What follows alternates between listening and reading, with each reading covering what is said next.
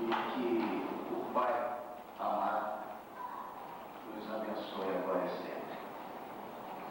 Ontem nós tivemos a oportunidade de conversarmos um pouco a respeito da questão do homem e espírito e de buscarmos os fundamentos doutrinários do processo do desdobramento. Vimos aqui que uma das propriedades naturais do perispírito é exatamente esta capacidade que ele tem de se desacoplar do campo físico e de ter condições de se projetar à distância. É, portanto, um fenômeno intrínseco, ele faz parte da nossa vida. Nós nos desdobramos conscientemente ou inconscientemente. De uma maneira geral, os senhores sabem que de uma forma consciente o fenômeno é muito mais urgente, porque são tantas as causas que indiretamente provocam o desdobramento do nosso perispírito, hoje já catalogadas. O fato novo refere-se exatamente às possibilidades de nós comandarmos o desdobramento do nosso psicossoma em determinadas situações, visando sempre uma aplicação útil, uma aplicação ética, uma aplicação no campo da caridade. Embora as criaturas costumem dizer que o problema destas metodologias estejam mais voltadas para o campo da pesquisa pura e simples, nós não encaramos assim. Nós achamos que a apometria surgiu ao acaso, entre aspas. Foi interessante, eu vou relatar aqui para os senhores como tudo isso começou, mas o descortinho do companheiro mais amadurecido e com mais vivência dentro do contexto doutrinário permitiu uma visão mais alargada, de tal modo que ele pudesse conciliar a técnica, a metodologia que naturalmente foi se desenvolvendo com as reuniões mediúnicas clássicas que se desenvolvem na intimidade das casas espíritas. Foi um casamento, de certa forma, feliz. Foi um casamento muito harmônico, porque disto resultou uma série de contingências que permitiram o estabelecimento de toda uma metodologia bem mais ampla e voltada principalmente para as questões do sofrimento humano. Vejam os senhores como as coisas acontecem na vida. Os fatos são tidos como acontecimentos ao acaso.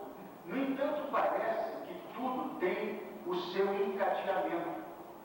Parece que tudo faz parte de um sistema, de algo que está previamente organizado em instâncias superiores, que só compete a nós a capacidade perceptiva, a boa vontade, no sentido de nos inspirarmos e de atendermos ao convite da espiritualidade. Por outro lado, como tudo na vida, existe o aspecto positivo e o aspecto negativo. A própria prática mediúnica em si é algo de muita responsabilidade.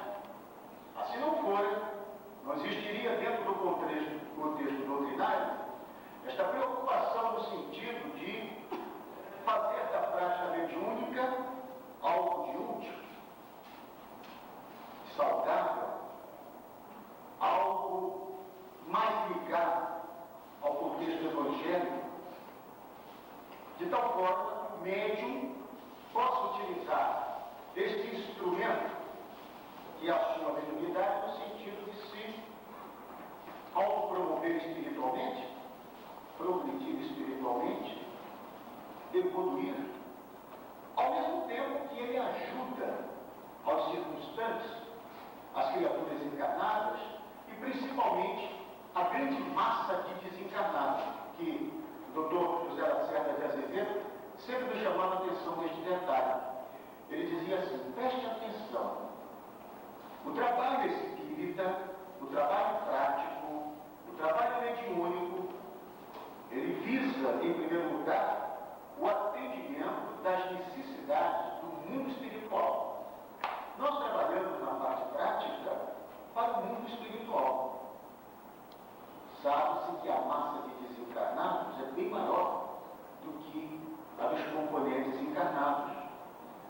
E desta parcela, uma grande expressão são de espíritos ainda sofridos, de espíritos que vivenciam as suas angústias, as suas perturbações, alguns ainda em estado de inconsciência prolongado, alguns muito envolvidos com o campo do ódio, da vingança. Então esta quantidade é imensa. E na verdade, a prática espírita, ela nos conduz no sentido de levarmos uma assistência muito carinhosa e muito oportuna aos sofredores, principalmente do lado de lá da vida. A poetria, ela nos permite exatamente este detalhe, sabe por quê? Porque através das projeções dos campos de força, como iremos ver aqui mais adiante, nós temos a possibilidade de criarmos poderosos campos de força e albergar massas de espíritos sofredores em regiões umbralinas, tudo sob coordenação do mundo maior. E desta forma auxiliar no recolhimento destas legiões imensas de espíritos carentes e necessitados, colaborando certamente com a obra redentora do nosso planeta. Por isso nós vemos na poetria o seu aspecto positivo, o seu aspecto simples, o seu aspecto de um fenômeno psicofisiológico tão natural, aplicado no sentido útil da assistência ao desencarnado. Por isso, o assunto para nós, ele é tão comum, tão corriqueiro, tão rotineiro quanto os senhores possam imaginar o contato com a própria prática doutrinária do dia a dia. Nós que trabalhamos com a apometria há quase 25 anos, aquilo faz parte de uma rotina. Os detalhes vão sendo acrescidos à medida que novos fenômenos vão sendo identificados, porque tudo que se processa na nossa vida de relação e que repercute aqui no campo consciencial é regido por lei. À medida que nós vamos descobrindo novas leis, nós vamos estruturando a nossa posição com relação ao psiquismo experimental e ampliando os nossos horizontes, sempre no sentido de atender de uma forma bem objetiva, bem direta, o sofrimento humano. Então, eu diria que a metodologia apométrica, ela é voltada exclusivamente para o alívio do sofrimento dos encarnados e desencarnados, de preferência dentro do contexto espírita. Não é para ser desviada deste contexto, não é para ser aproveitada por criaturas moralmente dúbias, no sentido da exploração do semelhante. Ela não pode ser veiculada através do biometal. É uma prática psíquica. Ela se casa, se coaduna perfeitamente com os ideais doutrinários. E aqueles grupos que assim desejarem podem estudar a poetria, aplicá-la na prática e procurar tirar o proveito do campo ético, porque é assim que nós nos portamos, é assim que nós temos divulgado este trabalho pelo Brasil afora. Eu gostaria de avisar para os senhores que, em princípio, a poetria não é mediunidade e nem é espiritismo. Percebam a sutilidade do assunto. Alguém, às vezes, fica um tanto preocupado, aquele zelo doutrinário que a gente sempre encontra alguns confrades muito ortodoxos, muito ciosos de sua responsabilidade, alguns exageradamente extrapolam dos limites e caem no campo do patrulhamento doutrinário. E patrulhamento doutrinário não deve existir porque todos nós somos adultos, temos uma consciência, temos pensamento, temos livre-arbítrio e discernimento. Se nós estamos em contato com a doutrina dos Espíritos e absorvemos uma massa de informações tão bonitas e tão importantes para o nosso progresso, é claro que nós, à medida que amadurecemos, vamos desenvolvendo este discernimento que nos permite tranquilamente separar o joio do trigo. Alguém pode chegar e dizer assim: olha, eu descobri agora uma técnica inovadora, interessantíssima, que está traçando lá no sul do país. E a gente procura saber do que se trata. Hoje são tantas as metodologias voltadas para a pesquisa do psiquismo de profundidade. A TRDP não é uma delas? A terapia regressiva a vivências passadas? Quantos problemas, questionamentos e discussões aconteceram dentro do contexto espírita quando do advento da TRDP? Ora, nós sabemos hoje em dia, na qualidade de profissionais da saúde, TRDP é mais um instrumento. Pode ser utilizado perfeitamente pelo profissional qualificado na tentativa de buscar certos detalhes que fogem ao contexto da nossa ciência clássica. A TRDP nos leva de encontro ou ao encontro da realidade espiritual, a realidade das vivências pretéritas. E em algumas situações nós sabemos o quanto é interessante esse tipo de trabalho bem orientado por um profissional qualificado, no sentido de se identificar determinados fulcros negativos lá no nosso inconsciente pretérito, trabalhar devidamente, patrocinar a catarse e observar a evolução satisfatória do paciente. Alguém poderia dizer, embora esta metodologia pretenda lidar com a intimidade do espírito, não significa que isso tenha que obrigatoriamente ser utilizado dentro de casas espíritas. Aí então nós paramos para analisar. Nós conhecemos casas espíritas que utilizam a TRPP em determinadas situações, mas orientada, patrocinada por profissionais competentes e que tiveram uma preparação. Isto em determinadas casas espíritas amplas, com um quadro de colaboradores imenso e gente qualificada. O centro espírita não sofreu nenhuma desvirtuação, estes, pelo fato de patrocinarem a TRPP. É problema deles, eles acham que têm condições, muito embora a finalidade precípua de um centro espírita seja sempre a da educação, a de fornecer o instrumental necessário ao nosso processo de educação moral, de espiritualização, mas também atua como pronto-socorro, não nos esqueçamos disso. Eu valorizo muito o aspecto mediúnico, porque a mediunidade é uma predisposição inerente à criatura humana e ela desabrocha no médium num determinado momento, o que nos permite aplicá-la com certa facilidade.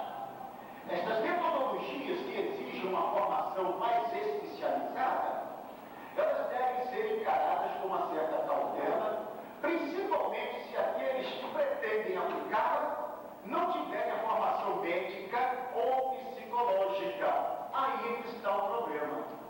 A mesma coisa poderia acontecer com a apometria, é mais simples. Não há necessidade de curso superior nem de diploma. Por quê? Porque a apometria está baseada no fenômeno natural, que é o fenômeno do desdobramento. O que o indivíduo vai aprender, aquele que tem a intenção de ser inteligente, é apenas conhecer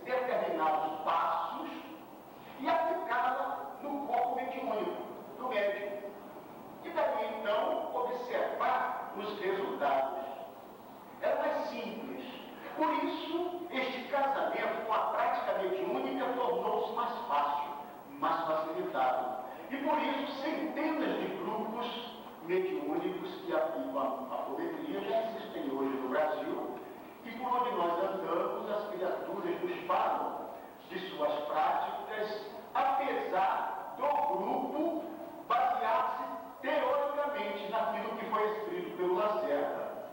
E nós sabemos que o que foi escrito pelo Lacerda, com relação à apometria, e que está basicamente neste livro, pode ser visto como algo complexo para certos confrades.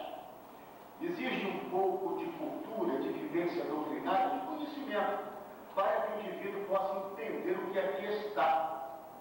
Porque o Lacerda, ele manipula inclusive fórmulas de física, ele entra no campo da matemática para dar sustentação ou trazer o respaldo matemático às suas leis, às suas teses. É conveniente que os grupos que pretendam lidar com a apometria clássica, passem por um processo de formação.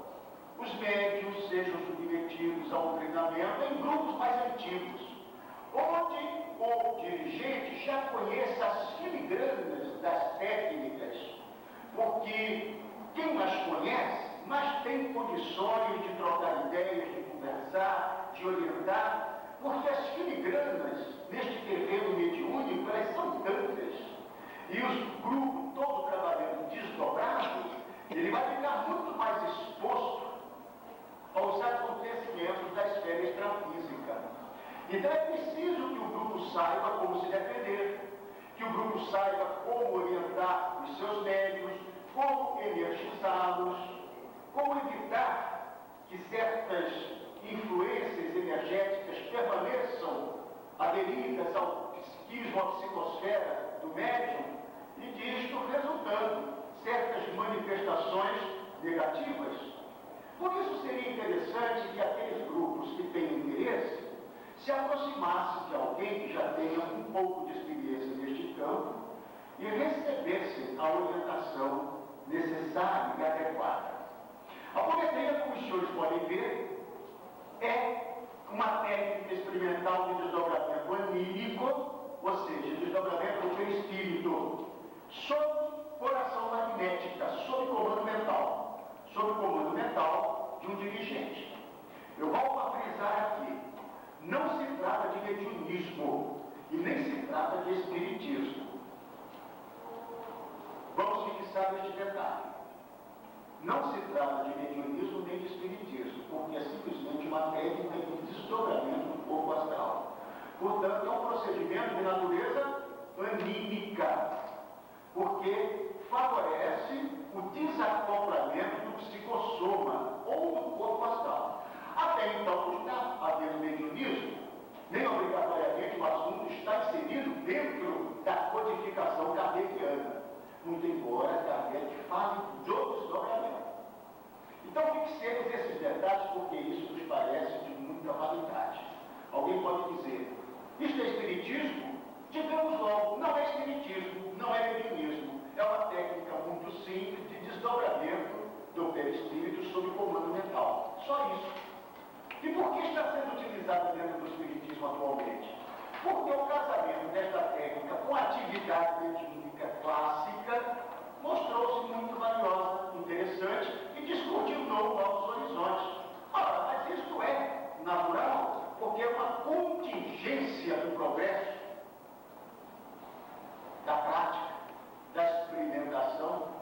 Era natural que de repente isto acontecesse e as criaturas então procurassem uma metodologia, algo que já estivesse escrito, para terem um apoio, uma base. E a partir daí, elaborarem os seus trabalhos, as suas práticas caritativas. Muito bem. Como surgiu a apometria? Alguém poderia perguntar. Eu vou resumir aqui rapidamente o que aconteceu há mais de 30 anos atrás.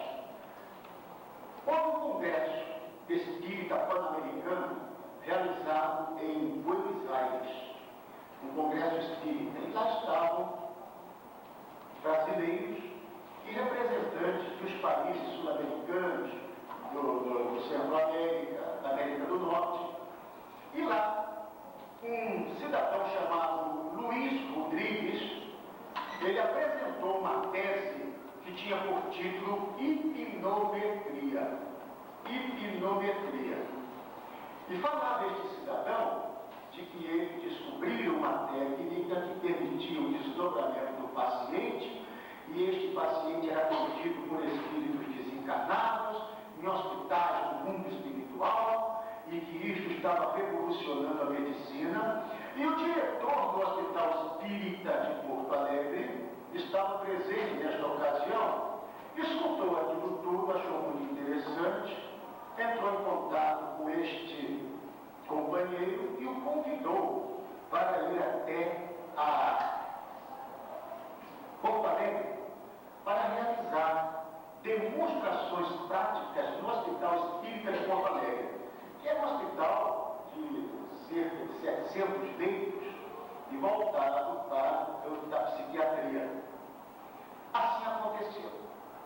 Chegou o dia em que o senhor Luiz Rodrigues esteve presente em Porto Alegre e se propôs a ter uma conversa com os médicos, psicólogos, com o corpo clínico do Hospital Espírita, e a demonstrar a sua técnica, que ele reputava como algo de muito importante para o futuro da nossa medicina.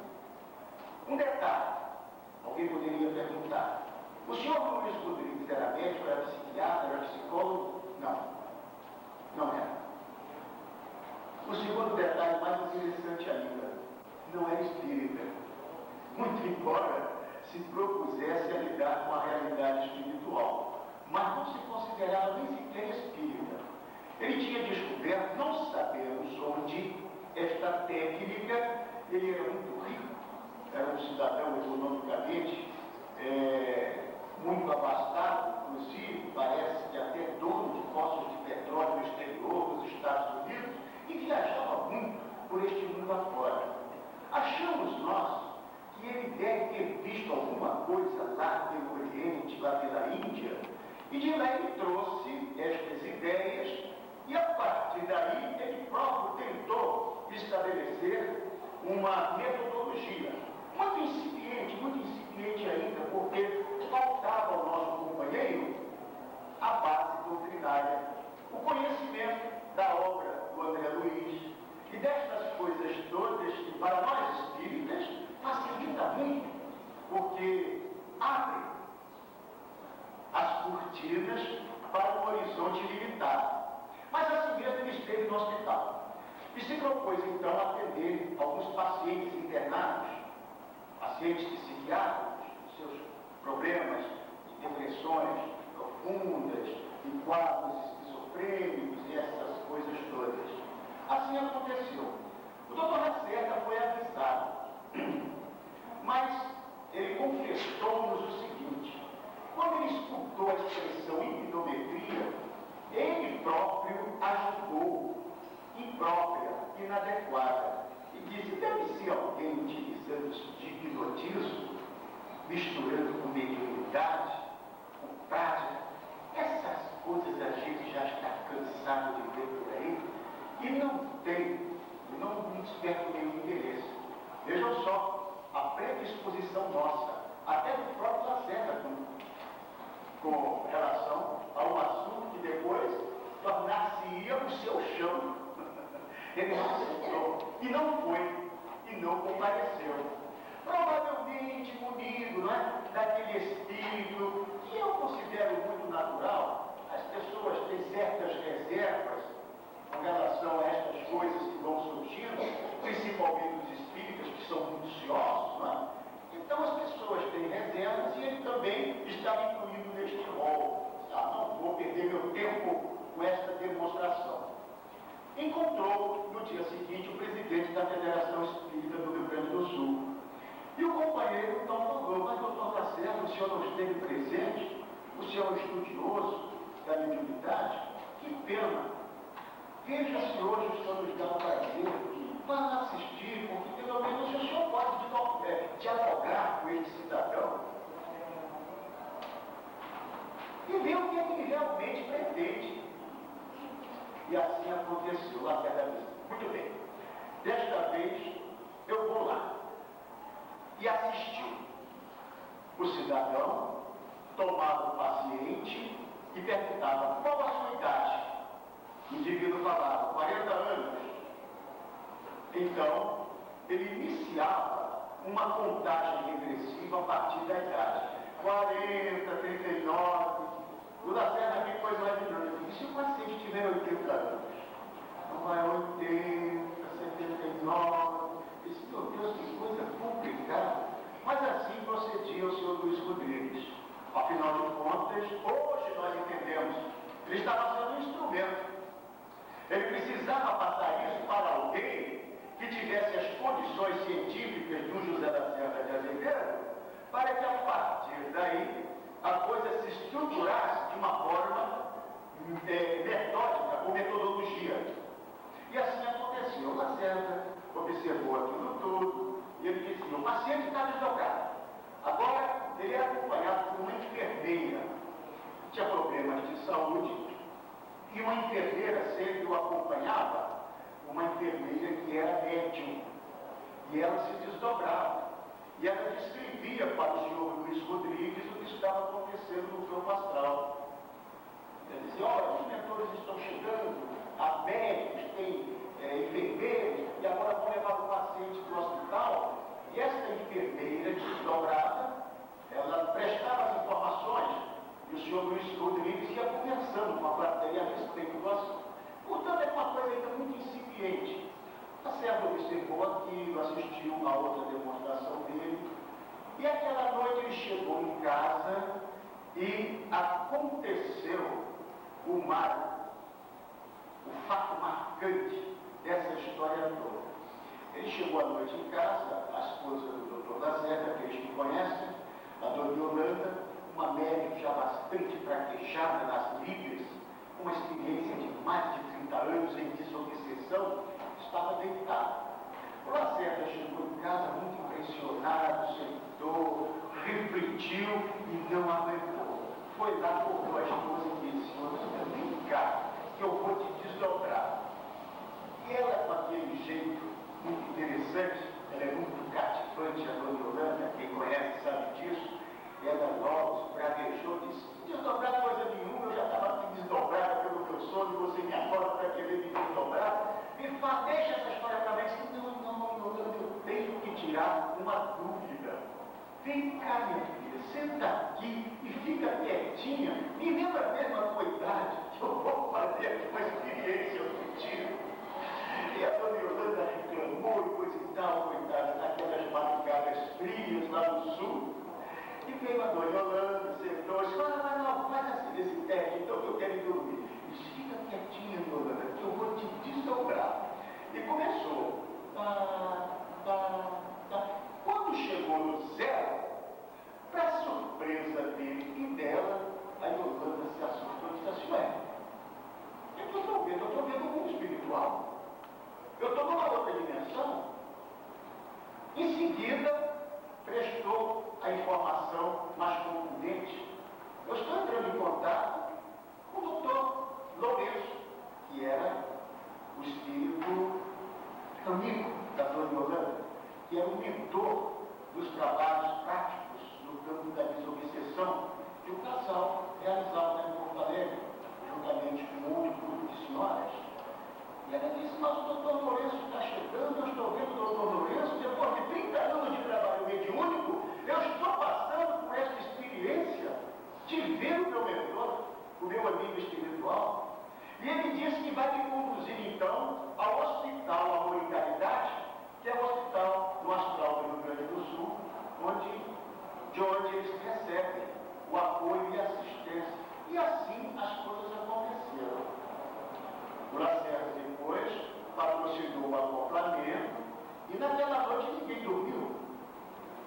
Eles ficaram profundamente impressionados com os acontecimentos e a cabeça do nosso bom gaúcho começou a fervilhar.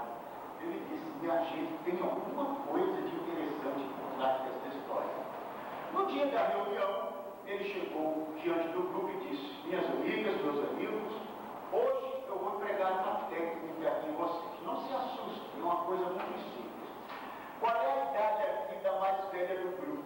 Que eu começo por ela e venho arrastando o resto.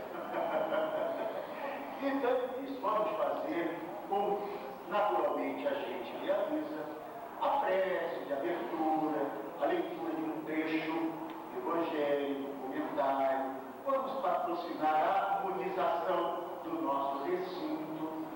E quando vocês iniciarem as concentrações para o contato com o espiritual, eu vou fazer o desdobramento. E vamos ver o que acontece. Parece, caríssimos companheiros, que as coisas estavam todas encaminhadas neste sentido. Por quê? Porque o grupo ali presente, todo era dotado da predisposição sonambúlica.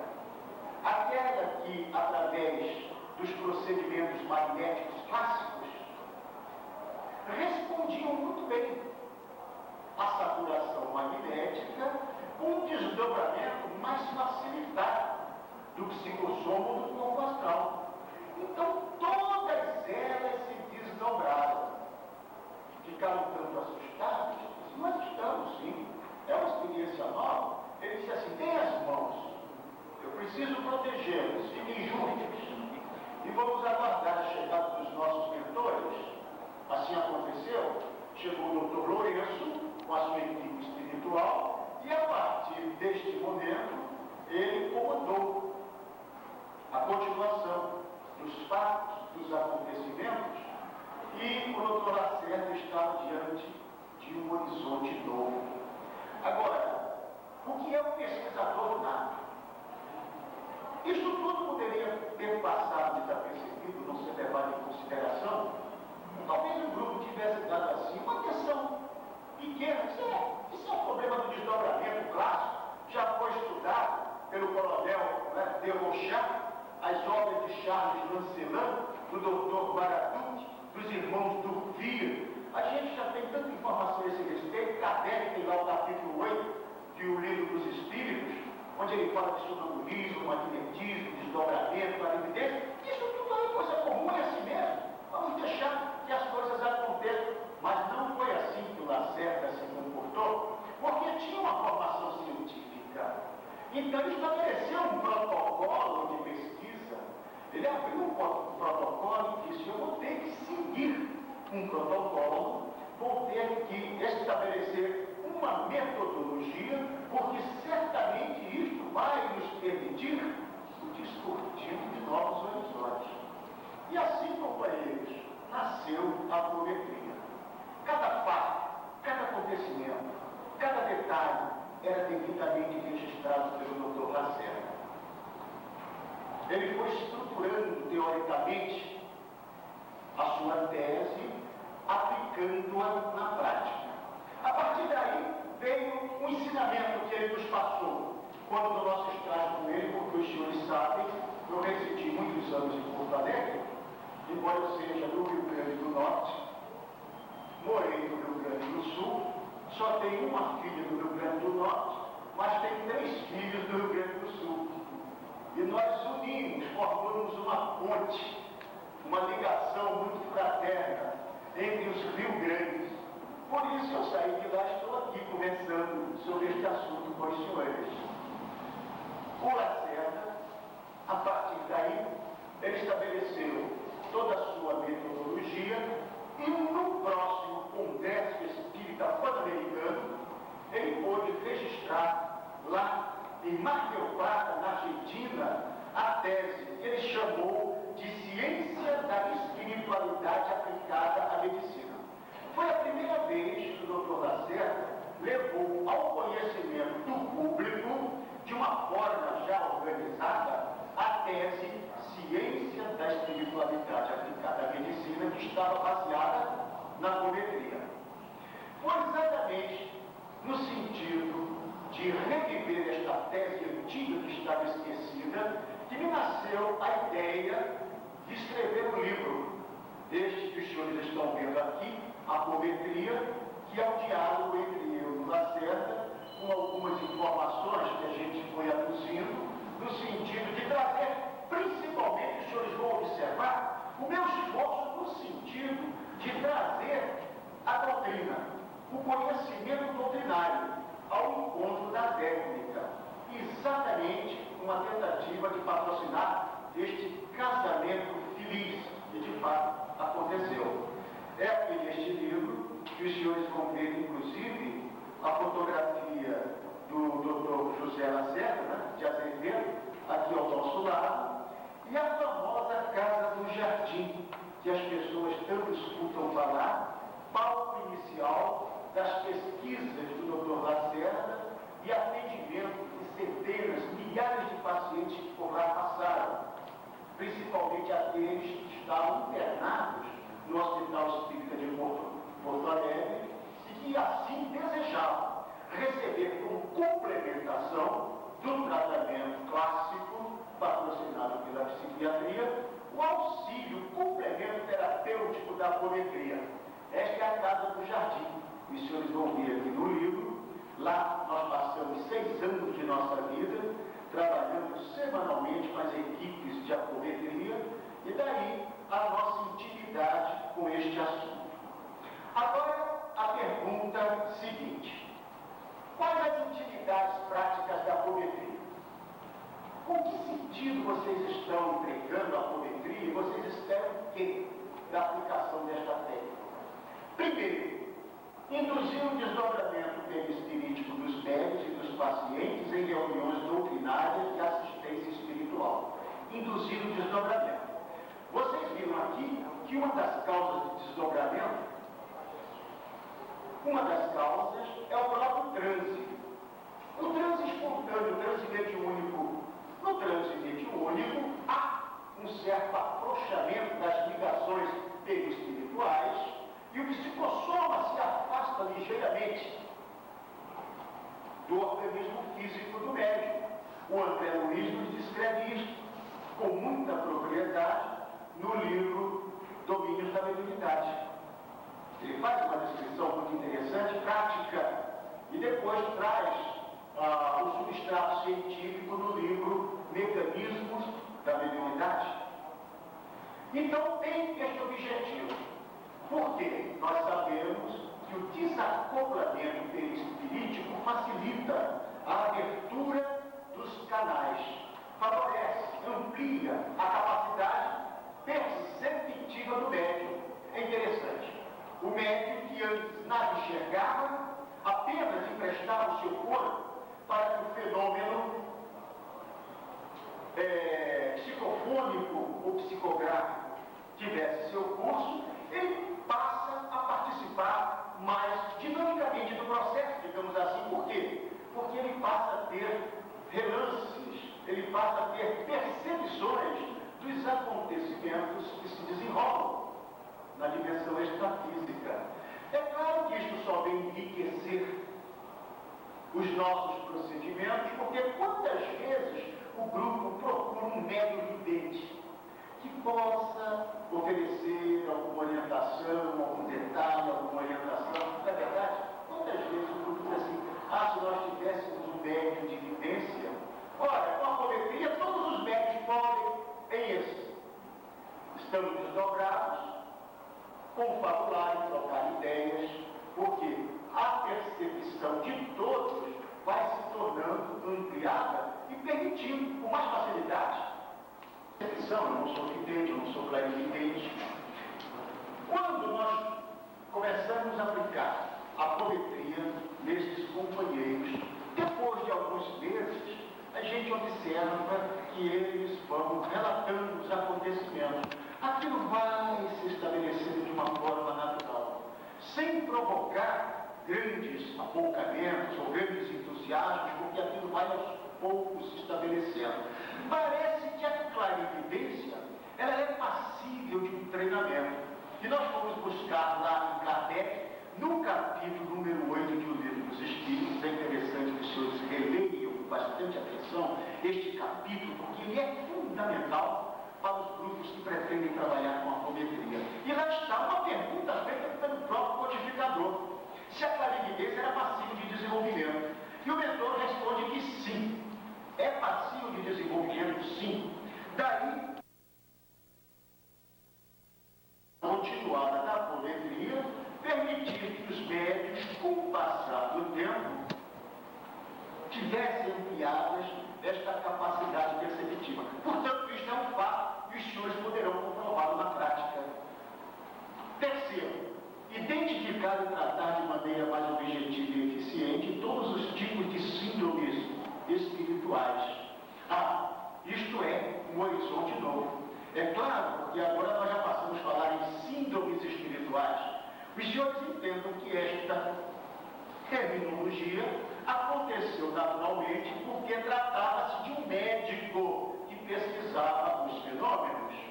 Se o Lacerda não fosse médico, ele poderia chamar ali, tratar os distúrbios espirituais, as patologias espirituais. Síndrome, os senhores sabem que é um conjunto de sinais, de sintomas que caracterizam uma determinada enfermidade. Então, as síndromes espirituais seriam conjunto de sinais e de sintomas relacionados com as patologias espirituais propriamente ditas. E, finalmente, auxiliar o mundo espiritual em tarefas doutrinárias de esclarecimento dos espíritos necessitados, evangelização destes espíritos e recolhimento dos sofredores e obsessores, porque nós vamos ver aqui como isto acontece. Resumidamente, isto seria a utilidade ou as utilidades da nossa apometria.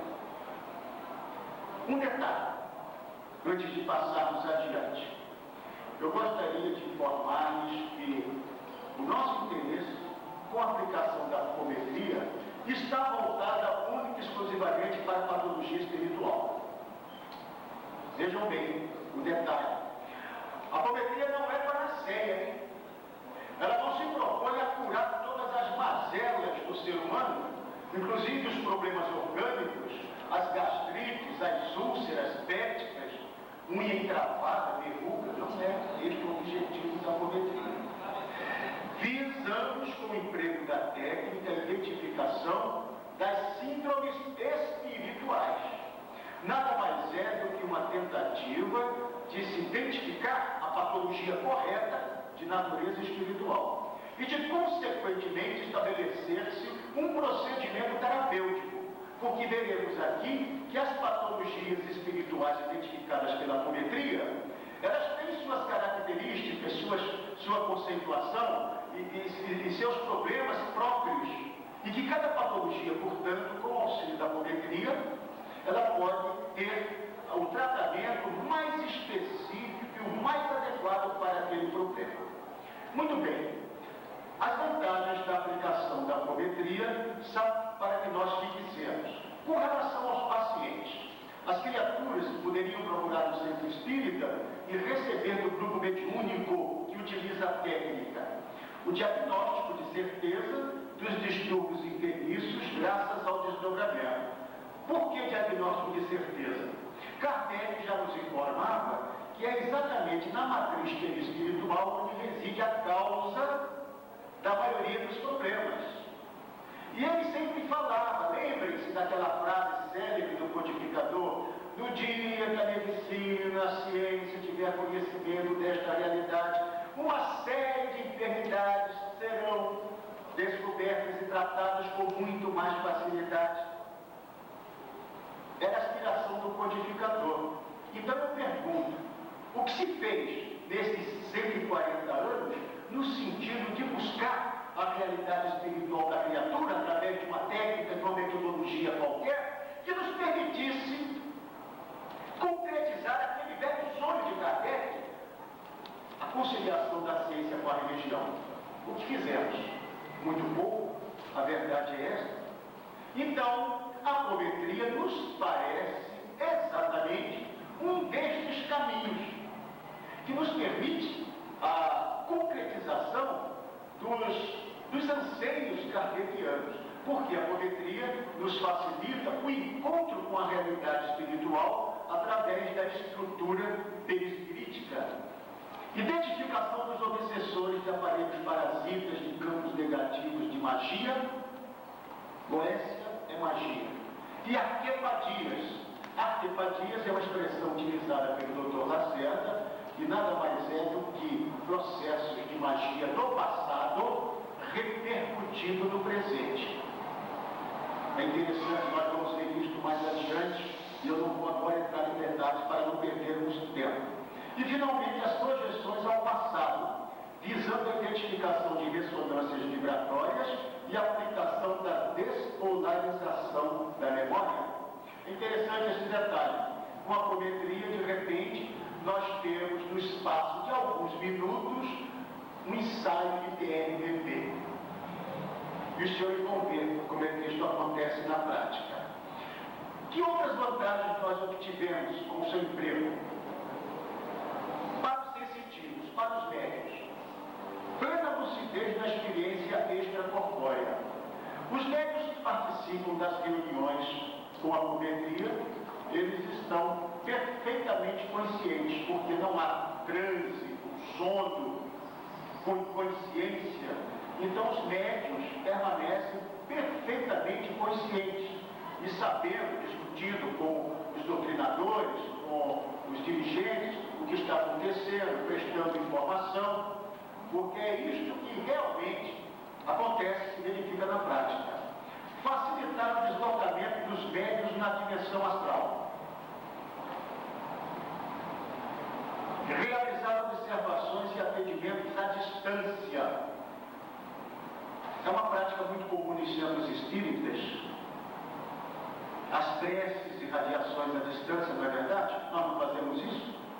Os grupos mediúnicos se reúnem com a finalidade de orar e de patrocinar a energização de pacientes enfermos, internados em hospitais, etc.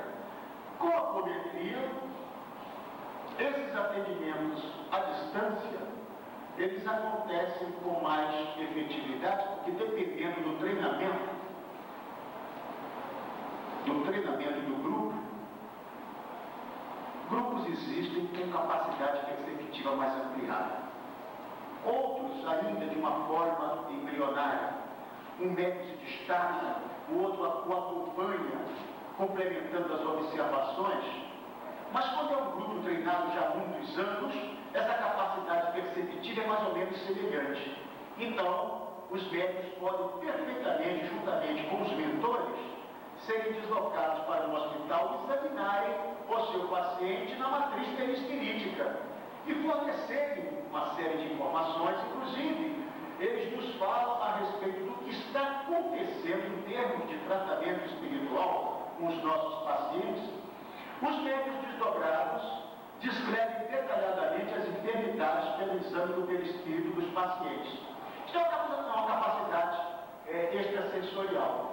Certos indivíduos, certos sensitivos são dotados desta capacidade de penetrar na intimidade da organização energética da criatura e de identificar pela coloração da aura, pela característica dos centros energéticos, se há ou não um comprometimento a nível do tórax, da área cardíaca, do cérebro, etc. Isso já é bastante conhecido e vários sensitivos, vários médios, espontaneamente apresentam este tipo de característica. A apometria apenas facilita com que todos os médios atinjam este objetivo. Aí é que está o detalhe interessante. Quando os senhores fazem a leitura de uma obra sobre chakras, onde a autora, que é uma sensitiva, descreve as enfermidades na contraparte espiritual, nós ficamos imaginando, futuramente, isto não será panagem de uma ou de duas pessoas apenas. Futuramente, com o conhecimento da apometria, os grupos vão poder desenvolver esta capacidade e todos vão, então, descrever as patologias, facilitando naturalmente uma tomada de atitude com relação ao tratamento. Transpor as barreiras espaço-temporais. Vamos ver aqui como é que isso acontece, sob o comando da apometria. E, finalmente, identificar corretamente os espíritos. Só isso daqui já seria de uma grande validade. Quantas vezes os indivíduos, os médicos, ficam preocupados com receio de sofrerem mistificações? Será que esta entidade é quem ela se diz? Será que está havendo alguma mistificação? Será que nós estamos sendo enganados? Raciocínio. Se o grupo mediúnico está desdobrado e se o grupo tem ampliado a sua capacidade perceptiva, esta possibilidade torna-se minimizada, porque eles vão identificar. E normalmente o médium, quando ele identifica, ele capta o padrão vibratório da entidade e diz: ela está disfarçada.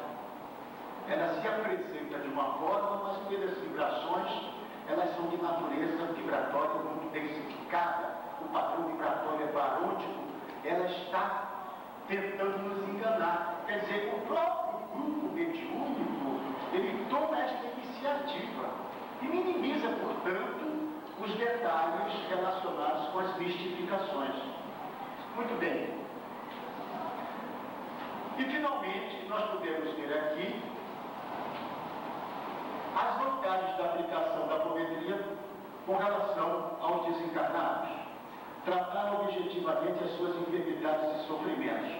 Meus amigos, este campo é vasto. Os senhores não queiram saber como os espíritos desencarnados, eles puderam ter da nossa parte muito mais auxílio, muito mais ajuda, no sentido de que eles se restaurem, de que eles, por exemplo, espíritos que se apresentam muito machucados, traumatizados, às vezes até com deformidade, por misericórdia divina e aplicação de cargas magnéticas, eles se transformam praticamente ali, diante de nós. Os médicos vão descrevendo e ele próprio diz: mas o problema, eu estava aqui com o braço cheio de feridas, as feridas estão desaparecendo. E isto vem exatamente no sentido de auxiliar de uma forma mais objetiva os espíritos desencarnados, dependendo principalmente dos conhecimentos, da prática que o dirigente tenha. Ele pode patrocinar este auxílio em massa.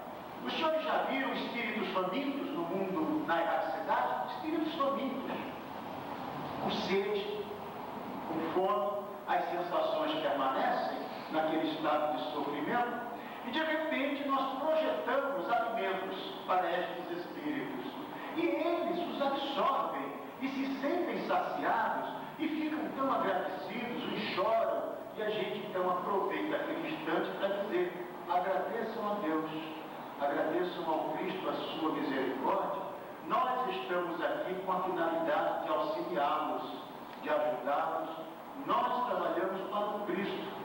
E aquilo vai modificando toda aquela psicosfera ambiental. São pequenos detalhes que na prática o próprio grupo vai identificando. Para os desencarnados, praticar projeções espaço-temporais quando sugeridas pelos mentores como medidas corretivas. Os senhores sabem que o processo obsessivo, uma das causas da obsessão espiritual é exatamente o ódio, a mágoa que a entidade carrega através dos tempos, o sofrimento e a vingança. O espírito cristaliza-se mentalmente em torno daquele fundo, vingança, vingança. Isso é um problema muito sério. Às vezes os senhores estão lidando com uma entidade extremamente perturbada e fixada no ódio. Quantas vezes os dirigentes nos falam: olha, nós tivemos tanta dificuldade em lidar com aquele espírito, porque ele nem sequer percebia o que falávamos. Eles estavam tão cristalizados no seu ódio, neste sentimento de vingança, que praticamente não absorviam, portanto, tornava-se impraticável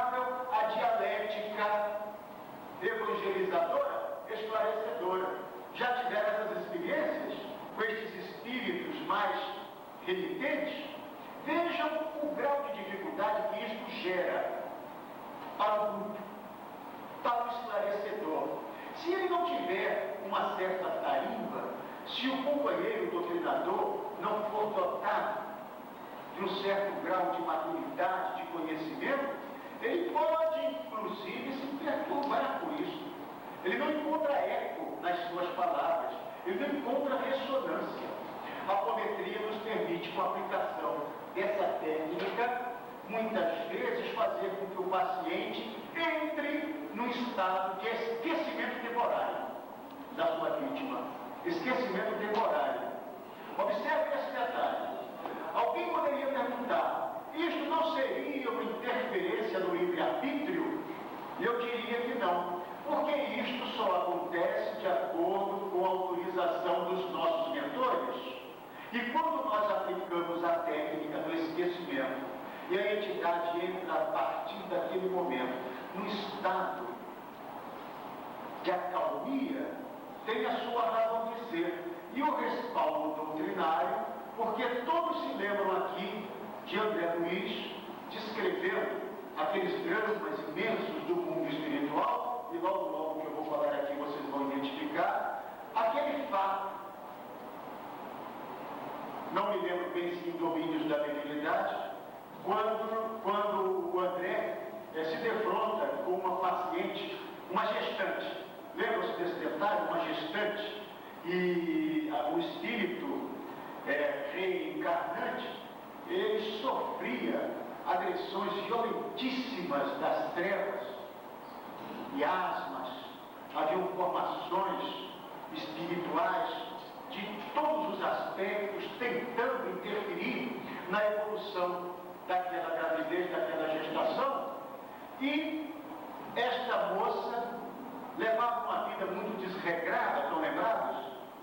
E bebia e fazia uso de tóxicos e ficava altas horas da madrugada em ambientes totalmente comprometidos do ponto de vista espiritual, e o pai desencarnado desta paciente sofria muito.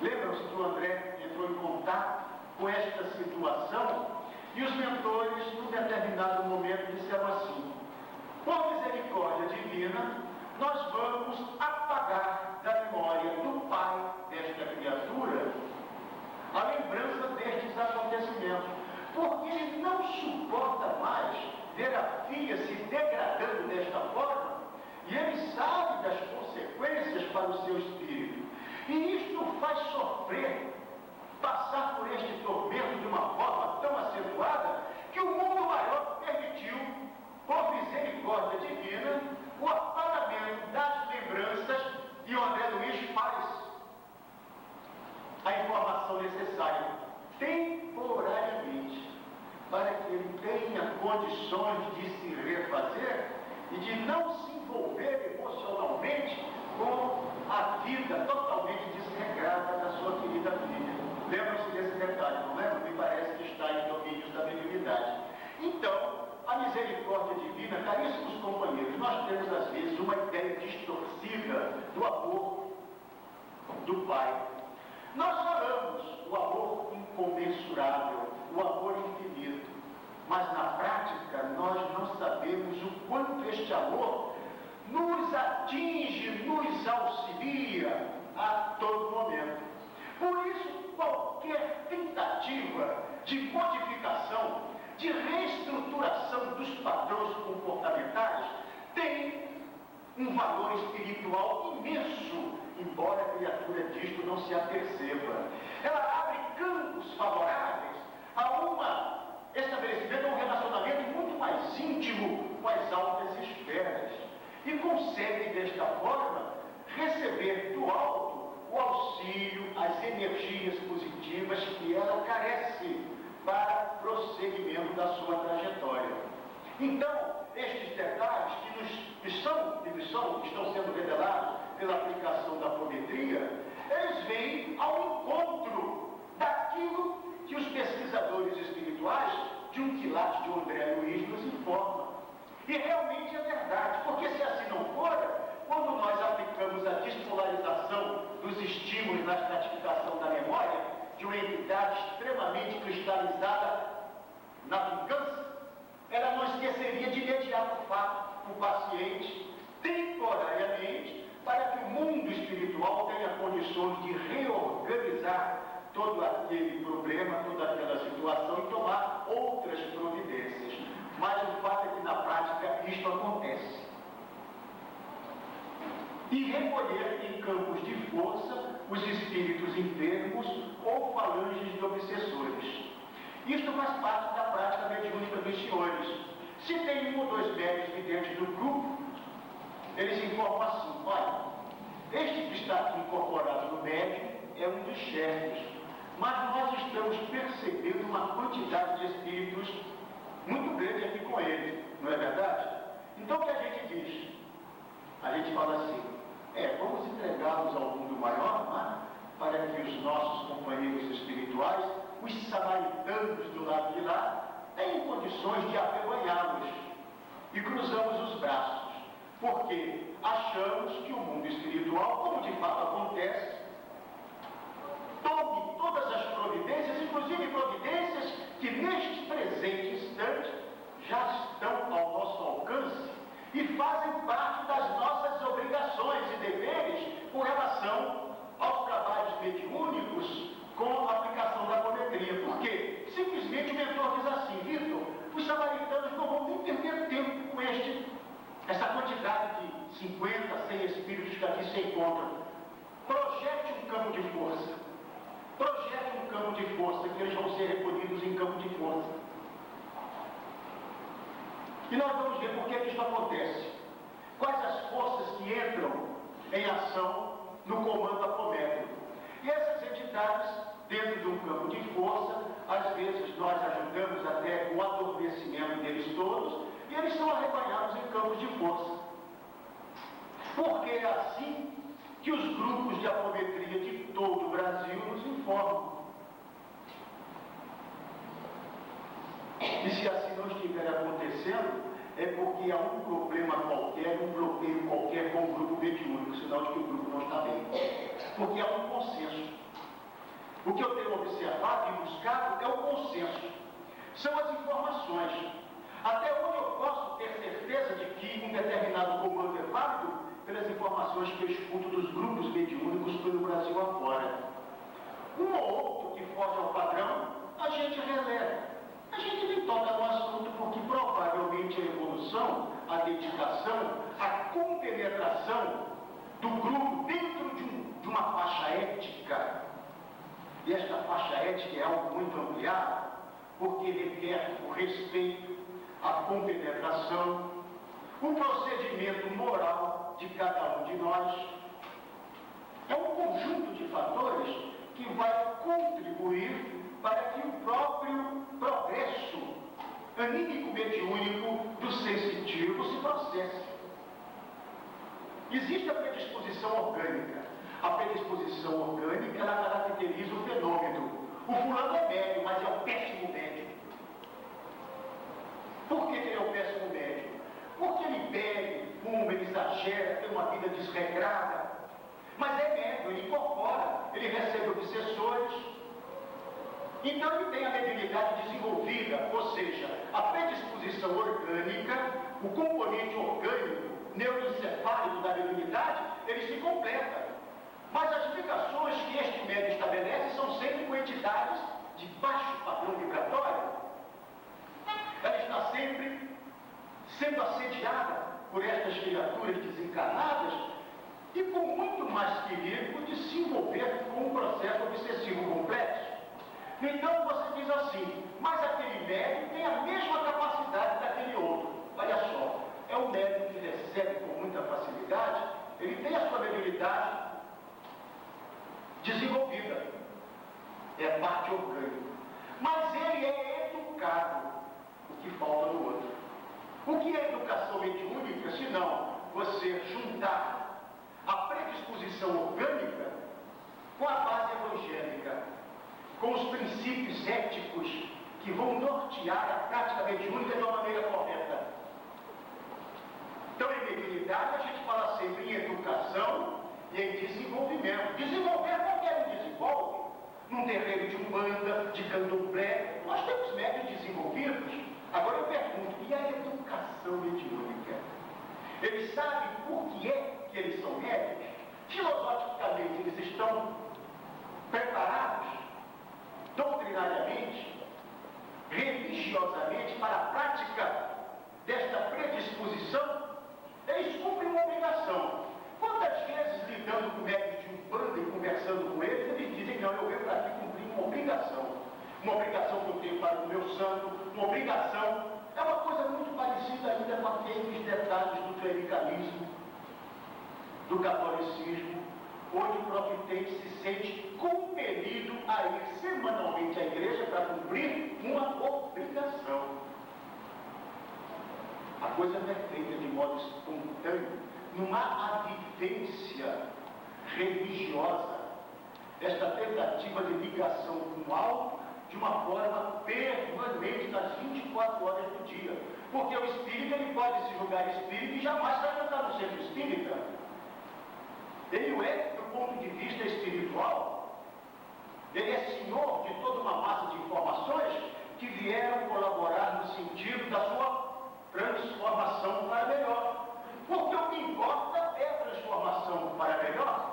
A doutrina, do ponto de vista codificado, da codificação, ela é relativamente recente. E muito antes da doutrina existir, milhões e milhões de espíritos se redimiram. Fossem católicos, evangélicos ou não, milhares de espíritos na Ásia, no Oriente, no Ocidente se redimiram pela vivência ética, pela vivência evangélica. Isto é que é o importante de tudo. Muito bem, mas vamos seguir adiante. A nossa diretora, quando tiver no momento do intervalo, por gentileza, nos avise. Eu vou falar aqui a respeito dessas perspectivas, seria um assunto. Mas como ele é pequeno, eu vou trazê-lo agora para que aquele espaço dedicado à tarde, à perspectiva da apometria, a gente possa dialogar e debater os detalhes mais relacionados com a prática da apometria. Então, diante das vantagens para os sensitivos, para os desencarnados, não é mesmo? Para os pacientes, alguém poderia dizer assim, e a perspectiva da apometria? O que o senhor acha? Eu diria isto. Descortinos progressivos das integridades espirituais, com a introdução de novas equações e novos conceitos. Os senhores sabem que os grupos, à medida que eles começam a praticar, a estudar, a participar de reuniões, de seminários, os grupos, os dirigentes, os velhos, eles vão naturalmente se aculturando. Eles vão ganhando novos conhecimentos. E existem dirigentes por este Brasil afora, extremamente observadores, e com aquela mesma capacidade de observação do Dr. Lacerda. Dirigentes que estão, inclusive, identificando novas equações e elaborando novas leis. Eu vou apresentar para vocês aqui 13 leis básicas da apometria, mas certamente, neste momento, já existem novas leis identificadas por outros pesquisadores, porque ninguém é dono de coisíssima nenhuma, e a apometria não nos pertence. É um patrimônio da humanidade, é um patrimônio cósmico. Nós apenas estamos tomando conhecimento do assunto e o vivenciando na prática. Nós trazemos uma colaboração, qualquer um dos senhores vai trazer a colaboração particular, de acordo com as suas observações, de acordo com a sua capacidade de discernimento, porque o campo é amplo e é apanágio da nossa humanidade. Não existe dono do assunto. Não existe conhecedor A ou B. Eu conheço um pouco, a Mércia conhece um pouco, o companheiro ali da Paraíba também tem conhecimento teórico, tanto quanto eu, no assunto, e por aí nós vamos nos reunindo, dialogando, trocando ideias, trocando informações e procurando otimizar as nossas atividades práticas. visando sempre o aspecto da caridade. Olha aqui, a absorção definitiva pelo campo científico da doutrina espírita.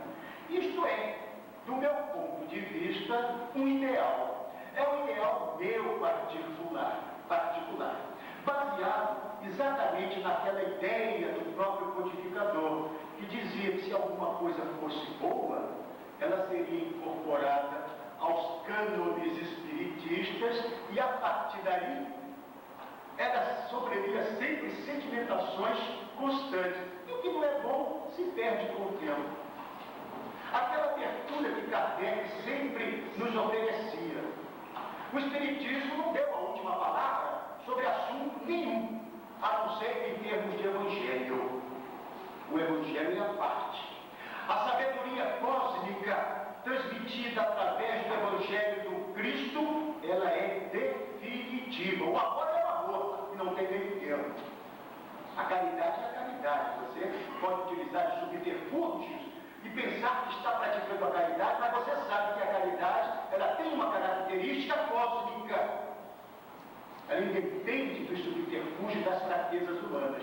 Com relação ao Evangelho, não. Mas com relação à parte prática, ao domínio científico, as coisas são mutáveis, são dinâmicas, e elas vão se acrescendo de novos conhecimentos à medida que os horizontes se ampliem. Agora, utilização prioritária como técnica diagnóstica e terapêutica nos hospitais espíritas. Isso daqui é um detalhe muito interessante. Os senhores sabem quantos hospitais espíritas existem no Brasil no presente momento? Cerca de 100, uns 100 hospitais espíritas. Os senhores sabem o que isso significa? Uma responsabilidade muito grande para nós espíritas. Agora eu pergunto, os hospitais espíritas cumprem realmente a sua tarefa? Quando alguém procura internar um parente querido, um filho, acometido por uma síndrome destas mais complexas, que dentro do nosso campo médico é inserida no contexto de uma esquizofrenia, buscando no hospital espírita aquela terapêutica além daquilo que a medicina clássica pode ofertar. Será que qualquer hospital, por ter um voto espírita, está preparado para efetivar este tratamento?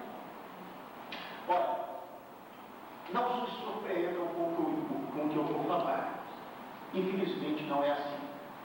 Pouquíssimos hospitais que ostentam o rótulo de espírita cumprem com a sua finalidade precípua de levar um tratamento realmente espiritual ao pacientezinho que ali está internado. Poucos, porque eu não sei nem se eu devo chamar, dentro de um hospital espírita, a aplicação do passe da água fluidificada como um tratamento espírita. Isso nós fazemos aqui, nos centros espíritas. Qualquer casa espírita tem passe e água fluidificada. Elas têm uma importância, sim. São sempre energias que nós incorporamos às nossas psicosferas, às nossas intimidades, da mesma forma que a homeopatia, que é um procedimento energético, tem a função de nos estabilizar, nos harmonizar. Não é verdade? Um passe tem a sua importância. E vocês sabem que muitas vezes a gente chega um tanto perturbado na casa espírita, uma discreta dor de cabeça, uma certa aflição, e a gente senta para escutar a doutora Mércia fazer uma prédica. E a Mércia naquela noite está inspirada e fala-nos de uma passagem evangélica. E a gente se deixa embarcar naquela onda do seu pensamento e a gente eleva o padrão vibratório. Ora, no instante que na casa espírita, participando de uma palestra, eu elevo o meu padrão vibratório, sabe o que é que acontece? Eu desligo a ligação com os espíritos perturbadores, com os espíritos sofredores, com os brincalhões, com os zombeteiros, porque eu elevo o meu padrão vibratório. Eu saio da faixa em que eu me encontrava antes, que era a faixa deles. E já os mentores presentes aqui no auditório começam a recolher carinhosamente aquelas criaturas. Eu já entro na cabine de passe me sentindo melhor após o encerramento da palestra. A dor de cabeça melhorou, já não estou mais com aquela palpitação.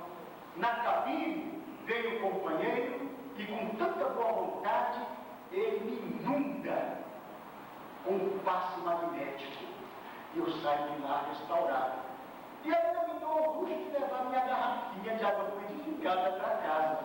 Que beleza! Isto acontece com todos, desde que não sejamos esquizofrênicos ou depressivos profundos. Por quê? Porque daí usemos o bom senso e a lógica. Os procedimentos têm que ser um pouco mais contundentes, ou não tem? Eu posso tratar com uma aspirina, um analgésico, uma dor de cabeça, resultante de um estado de tensão, de um abuso alimentar, e logo me sinto melhor. Mas se o paciente que está com a dor de cabeça tiver por trás desse sintoma um tumor cerebral, eu vou querer tratá-lo só com aspirina? Ou eu vou encaminhar para um neurologista, um neurocirurgião e esperar um procedimento diferenciado? Assim acontece com a medicina espiritual. Existem problemas passíveis de melhoria com a aplicação do passe, da água fluidificada e a elevação do padrão vibratório mental. Eu vou ao centro espírita para aprender a viver, a verdade é essa. Quando eu entro numa casa espírita, é porque eu preciso de aprender alguma coisa, de escutar alguém que tem um pouco mais de experiência, boa vontade, a me ensinar a viver, porque eu não estou sabendo gerenciar os meus conflitos na intimidade do meu lar. Eu estou tendo problemas constantes com a minha esposa. Eu não estou sabendo conviver com os meus filhos. E indo na casa espírita, e naquela noite, a palestra versa sobre relacionamento entre pais e filhos, entre relacionamento conjugal. Eu recebo a informação, aí incorporo o meu patrimônio espiritual e saio dali com a pretensão de iniciar mudanças de comportamento. Não é assim que acontece? Mas eu não posso fazer isso com o esquizofrênico, porque ele está dissociado. Ele pode ser trazido pelos familiares, ele vai ser beneficiado de uma forma ou de outra com o passe, com a ambiência, com a presença dos mentores, com a água fluidificada, mas ele não está nem sabendo o que é que o palestrante está referindo, porque a sua capacidade volitiva está tolhida. Ele está dissociado do tempo e do espaço. Portanto, este componente volitivo do paciente mais grave, ele fica, de certa maneira, de uma forma secundária. É preciso que os procedimentos espiritistas mais avançados no campo prático auxiliem aquele paciente vitimado por uma obsessão complexa a sair do seu processo esquizofrênico, para que de repente ele tenha condições de dialogar e se relacionar com o meio ambiente e tomar as suas iniciativas particulares no sentido da sua transformação. Mas eu tenho que dar um auxílio. E Kardec dizia isso em O Livro dos Médios. Vamos reler o capítulo 23 do Livro dos Médios? Sabem qual é o título desse capítulo? Obsessão. E vamos ver lá o nosso codificador discorrendo de uma forma magistral a respeito de todas estas filigranas. E Kardec nos diz: há casos em que o paciente tem que ser ajudado por terceiros, porque ele não tem condições de absorver as informações, de entender coisíssima nenhuma. Então ele tem que ser auxiliado por terceiros.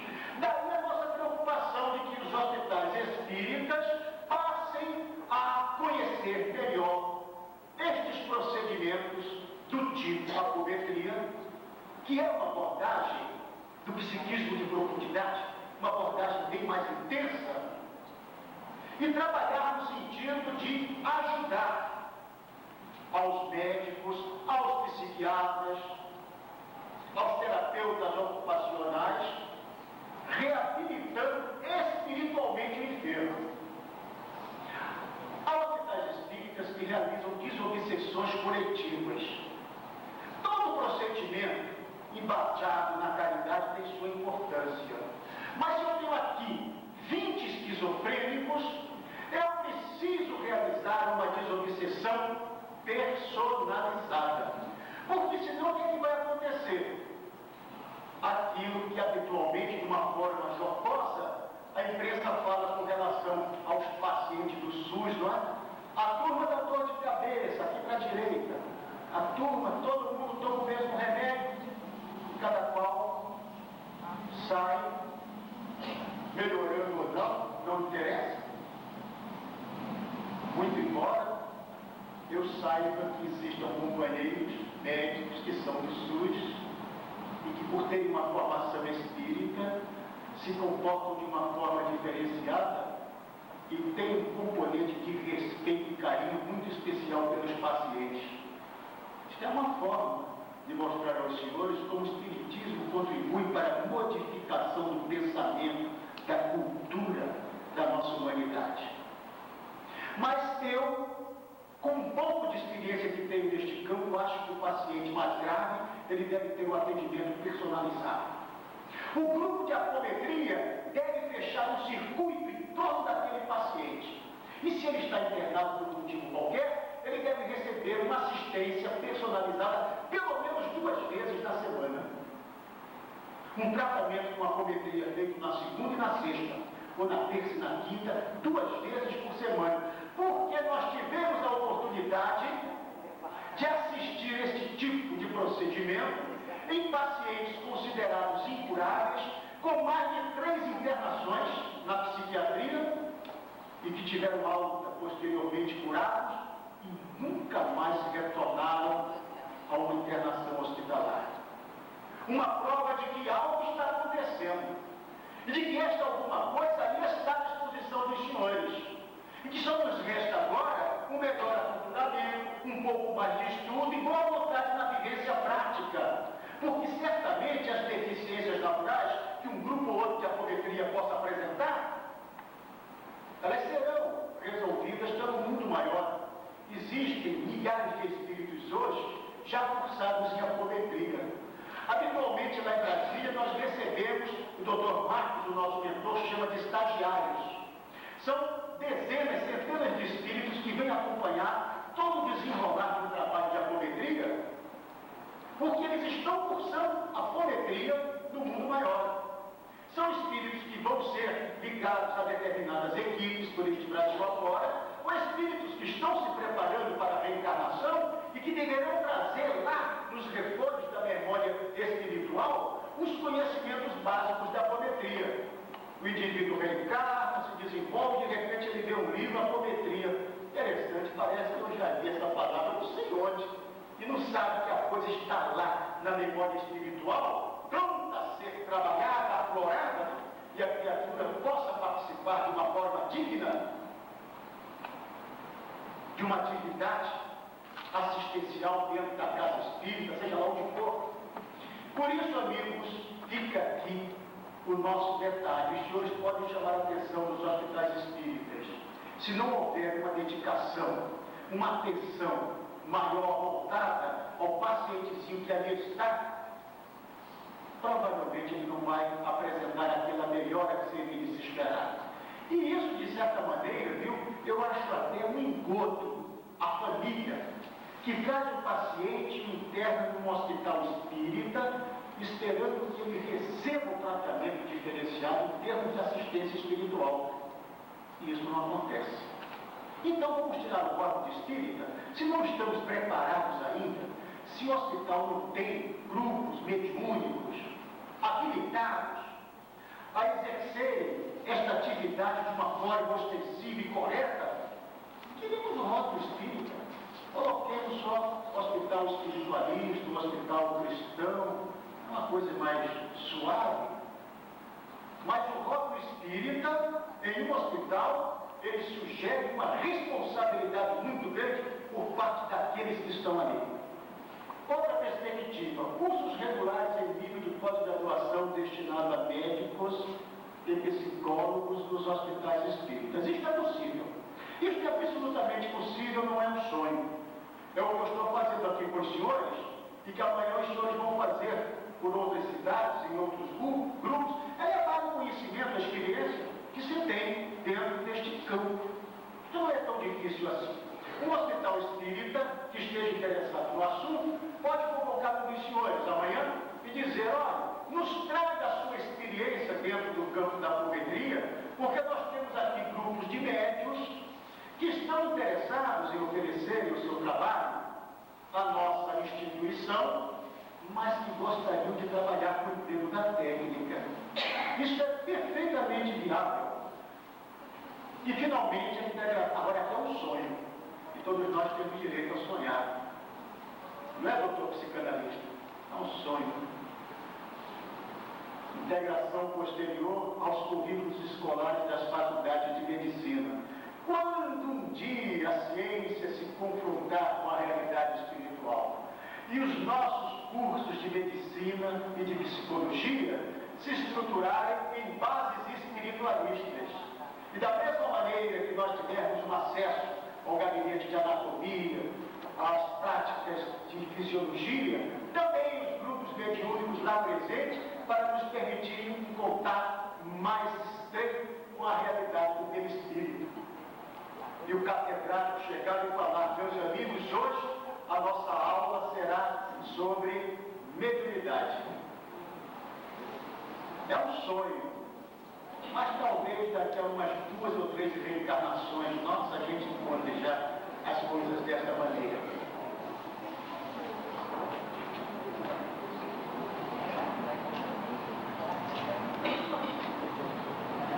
Este é outro detalhe interessante. Quais são as forças empregadas na apometria? Alguém poderia dizer: estes comandos que vocês fazem, estas contagens, por que isto tem um efeito especial? Isto é decorrência de quê? De uma ritualística? É magia? Embora eu esteja aqui no auditório de presença de magos, de feiticeiras, trabalho para bem. Não é magia. Esse pessoal da psicologia transpessoal, essa turma que deu um grande passo adiante, no sentido de confrontar a realidade íntima da criatura, mas isto não é magia. É alguma coisa absolutamente natural, e os senhores vão ver aqui o seguinte: as forças empregadas em apometria são, em princípio, 3. A energia cósmica, a força mental e a força zeta. Isto partiu de estudos, de observações do próprio Dr. Lacerda. Ora, a energia cósmica constitui-se uma força em estado potencial. A Gênese de Kardec faz um estudo muito interessante a respeito de fluidos. Kardec nos trouxe essa noção primeira a respeito deste manancial energético que se encontra à nossa disposição e que nós não sabemos utilizá-lo para o bem, mas constantemente, mesmo sem que disto nos apercebamos, utilizamos para o mal. Ora, é energia em repouso, modável e sensível às forças mentais sob a ação da vontade. Nós estamos, o universo cosmos, preenchidos pela energia cósmica, pelo fluido cósmico, por este plasma. Ele está aí, vibrando, e passível de sofrer a atuação dos nossos campos mentais.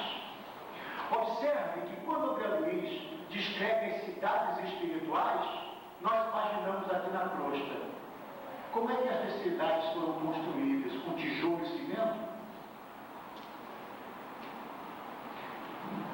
Com a energia cósmica, com o plasma cósmico, com esta energia passível da atuação mental. É através do pensamento e da vontade que nós mobilizamos a energia cósmica.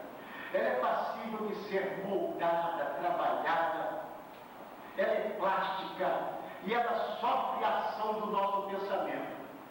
Nós podemos aqui fazer um exercício de mentalização.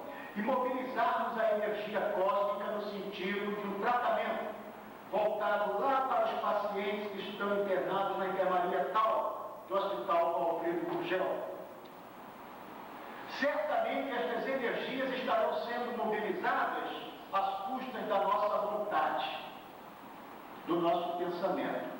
É esta energia que nós trabalhamos na apometria, só que de uma forma consciente. Quando eu digo eu vou utilizar a energia cósmica universal e solicito a permissão ao Cristo, eu estou penetrando, devassando a intimidade do próprio Criador, que por misericórdia permite que um pobre coitado aqui no planeta de provações e expiações tenha acesso a este manancial, objetivando o auxílio, a caridade, a assistência de sofredores de ambos os lados da vida. Nós precisamos aprender a manejar melhor a energia cósmica à nossa disposição. Muitas vezes nós estamos aplicando um passe. Imaginamos que estamos mobilizando apenas a nossa força zeta, a nossa energia zeta, quando na verdade está havendo uma conjugação destes fatores.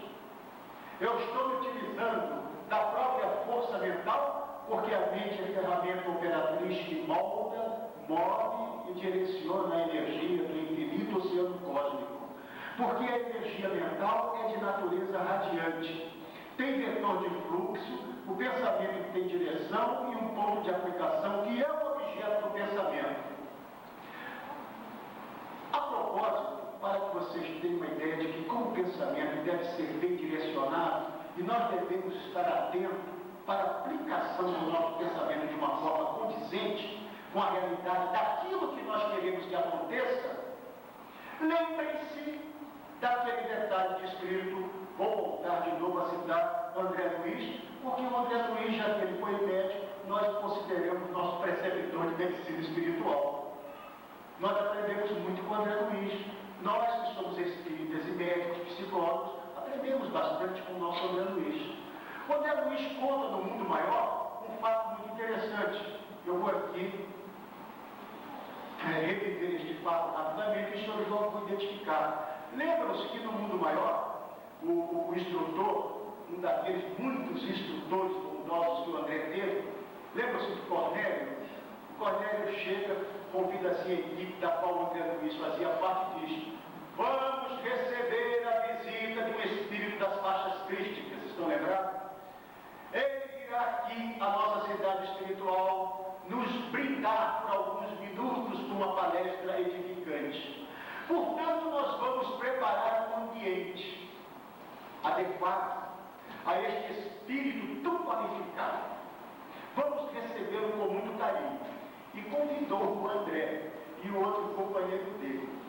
E aproximaram-se de um determinado local, na cidade de nosso lar, e ali Cornélio falou: aqui vamos ter um lago, refletindo o brilho das estrelas, o firmamento, o céu, com nuvens, uma árvore frondosa, com um tronco bastante consistente, grama, plantas, e aqui será o ambiente adequado à materialização deste companheiro que vai nos trazer informações preciosas.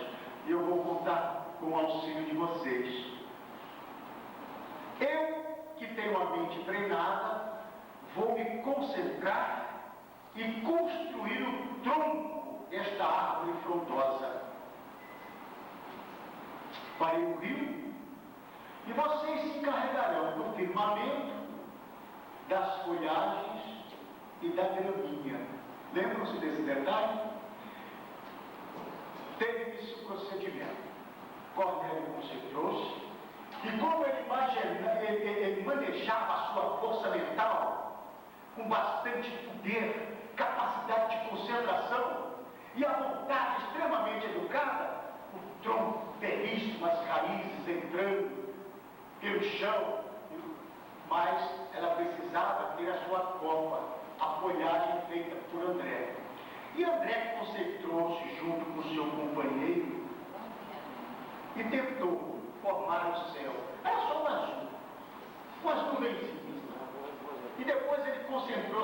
gramíneas, nas folhagens. 15 minutos se passaram. Aí Cornélio, encerrado o nosso procedimento, vamos analisar. Aí estava lá, aquele firmamento, o céu, umas nuvenzinhas que a gente via assim com o telescópio, e o André achando que aquilo estava maravilhoso. E olhava assim, tem umas nuvenzinhas, elas estão por ali. E olhou assim para a árvore, aquela árvore imensa, uma folhinha aqui, outra ali. E ele foi ficando meio desconfiado. Aí ele olhou para o chão. Aí viu uns tufinhos de grama aqui, acolá, o resto. Aí ele sentiu-se preocupado. E o instrutor não teve outro procedimento. Vamos repetir a experiência. Vocês levem em consideração a tarefa a que foram convidados a executar. Cadê a força mental? Cadê a capacidade de concentração? Cadê a vontade firme e aplicada no sentido da obtenção daquilo que eu determinei? Voltem e repitam a experiência. Aí os companheiros retornaram, o André redobrou a sua concentração e daí sim, a força mental educada pelo poder da vontade teve condições de estabelecer, de completar a folhagem da árvore, de completar as graminhas, de deixar o céu enfeitado com nuvens muito mais bonitas. Isto é um exemplo para nós. Sabe por quê, caríssimos companheiros? Porque nós somos tanto espíritos quanto André Luiz desencarnado. Nós só estamos aqui encarnados, mas somos espíritos. Portanto, nós manejamos também a nossa capacidade mental. E nós vamos precisar desta capacidade mental bem treinada no campo da apometria. Educada, suficientemente educada. A cada comando que eu emito, eu preciso ter a certeza de que aquilo que eu comandei vai acontecer. Porque se eu tiver dúvida, vai acontecer o que aconteceu com o André Luiz lá e o instrutor Cornélio. Tá. E a força zeta. Este daqui é um detalhe muito importante. A força zeta é proveniente do corpo físico. Ela é energia condensada. Nós temos milhares, milhões de moléculas, de átomos, e temos, portanto, uma verdadeira, nós somos uma usina, com uma energia represada em nossa intimidade, que nós nem sequer ainda tivemos condições de avaliar. É exatamente esta força zeta que nós vamos conjugar com a energia cósmica e a nossa capacidade mental, vontade e pensamento. A força zeta encontra-se represada em nossos átomos e moléculas, podendo ser dirigida pela nossa vontade. A partir dela, geramos poderosos campos de força magnéticos com as seguintes finalidades: terapêutica, contenção e proteção. Agora nós começamos a entender por que é que os mentores chegam quando estamos em trabalho nas zonas umbralinas e dizem assim: Dr. Marcos, Vitor, projeta um campo de força porque nós vamos arrebanhar aqui no Vale dos Suicidas essas 100 criaturas que se encontram em sofrimento. Eu projeto um campo de força, ele não precisa projetar, ele não tem campo físico, ele é perispírito, ele tem a mente e a força cósmica à disposição dele. Eles trabalham com estes elementos no campo astral, mas eu estou lá nas zonas umbralinas, é um ambiente bastante densificado. Não há necessidade dos nossos mentores, do Dr. Bezerra de Menezes, ir lá nos chafos, lá nos dragões, para mobilizar energias que nós encarnados, nas nossas equipes mediúnicas, podemos perfeitamente cedê-las através do nosso campo físico. Por isso que nós utilizamos os campos de força em zonas umbralinas, bastante densificadas, padrão vibratório muito denso. Nós sintonizamos com muito mais facilidade com esse padrão vibratório do que os nossos mentores. Seria como eu exigir que o meu catedrático saísse lá da faculdade e viesse aqui na enfermaria limpar os excrementos Quando existem pessoas que estão mais afeiçoadas àquele trabalho e ganham para fazer aquilo, eu não preciso trazer um catedrático para fazer isso, cada qual desempenha o seu papel dentro da sua escala. Então eles atribuem a nós, projete um campo de força aqui no umbral e abrigue estas criaturas que vão ser levadas para a nossa cidadela espiritual.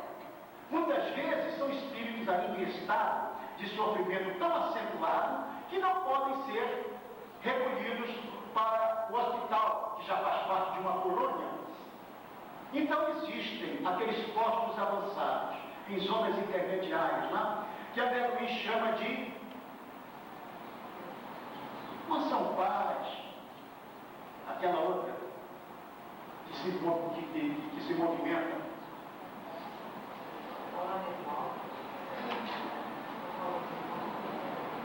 Aquelas colônias móveis, tem uma que é muito conhecida, já eu vou me lembrar. Então, tem aquela Mansão Paz. Essas colônias inicialmente recebem levas desses espíritos ainda bastante comprometidos e eles ficam em sono magnético durante um bom período. Cuidado ali pelos assistentes, por aquelas criaturas muito bondosas, e depois elas recebem então a autorização para adentrarem as colônias e reiniciarem as suas atividades no mundo espiritual. Vocês não queiram saber a utilidade da projeção destes campos de força. Às vezes, o mentor diz assim: olha, nós estamos aqui num vale de sofrimentos, escuro, aquele odor terrível de lodo, de lama, gritos de sofrimento. E os mentores chegam com a equipe, os médios desdobrados pela apometria, e eles vão destruindo e descrevendo. Isso quando nós estamos trabalhando em atividades mais específicas de socorro ao mundo espiritual. Então, o Marco diz assim: ô Vitor, você ideoplastize um megafone e fale para os companheiros que aí estão da nossa presença, utilizando a minha força mental, a energia cósmica e a minha força zeta. Eu plasmo no campo astral um megafone e eu falo: queridos irmãos, as médias fazem assim, ó. Doutor, a sua voz está ecoando em todo o vale. Queridos irmãos, queridos companheiros, fazemos parte de uma equipe que trabalha para o Cristo. Não tenham receio, não tenham medo. Estamos aqui com a finalidade de ajudá-los. Então elas descrevem. Há um movimento, eles estão correndo, alguns estão assustados, outros caem de joelho, mãos postas, agradecendo. Está havendo um verdadeiro tumulto. Então Marcos fala o seguinte: projete uma chuva magnética para a limpeza miasmática da psicosfera ambiental. Então eu me concentro e projeto uma chuva magnética. E elas dizem: doutor, quando os pinguinhos caem, a lama é retirada e as entidades vão se tornando mais limpinhas.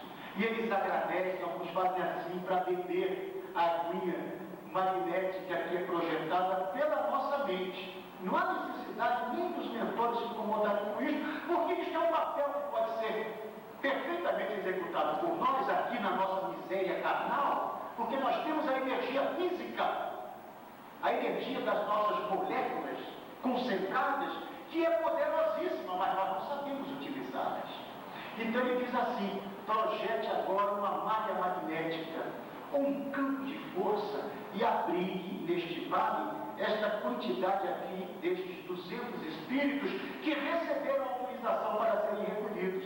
Então eu projeto o meu campo magnético. Geralmente ele tem a forma de uma pirâmide, ele é piramidal. As entidades são recolhidas, elas entram e nós vamos falando: companheiros, ingressem, entrem dentro deste campo, vocês vão ser recolhidos, vocês vão ser levados para o nosso hospital. Agradeçam ao Cristo. Eu sempre costumo acrescentar assim: os mais fortes ajudem os mais fracos, se auxiliem mutuamente, porque é um trabalho bonito que está sendo executado sob a tutela do Cristo.